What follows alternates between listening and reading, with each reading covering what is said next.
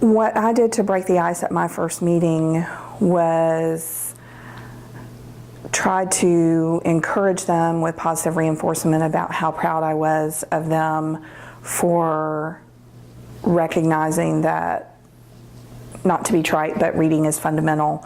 They're both older people who found themselves challenged based on family situations to finish school.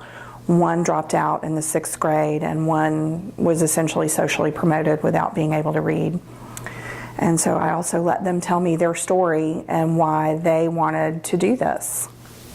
How what we actually did at our first few meetings differed from what I had planned. It was night and day. I have spent 20 years doing adult learning in the corporate environment, and I typically have objectives and a certain amount of time and a certain amount of material that has to be covered, and this is a totally different experience. It actually took me a long time. It took me several months of meeting with my two folks to realize that we needed to slow it way down. They felt like they had to keep pace because that's what I was doing. I have a tendency to drive forward. And once we all realized that we weren't on a schedule of having to complete a full lesson each time we were together, things started to really click better.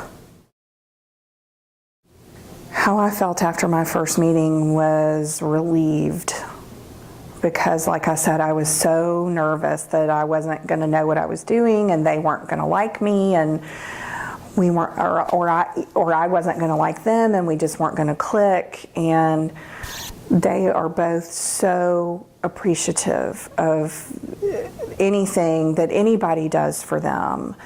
They always ask me, "Oh, do you have to go back to work? We hate that we've taken you away from your work."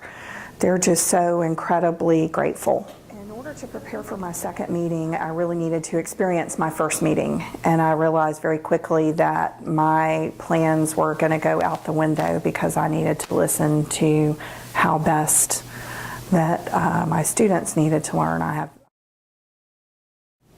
After the first couple months, the strategy, probably the biggest strategy that I used to be successful, was to really slow things down.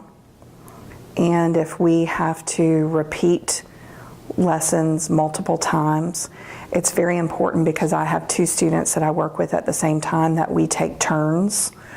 One will start off, and the other one, number 1, number 2, number 3, number 4.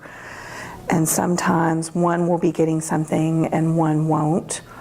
So that allows me to focus on those specific things if one or the other can't make it.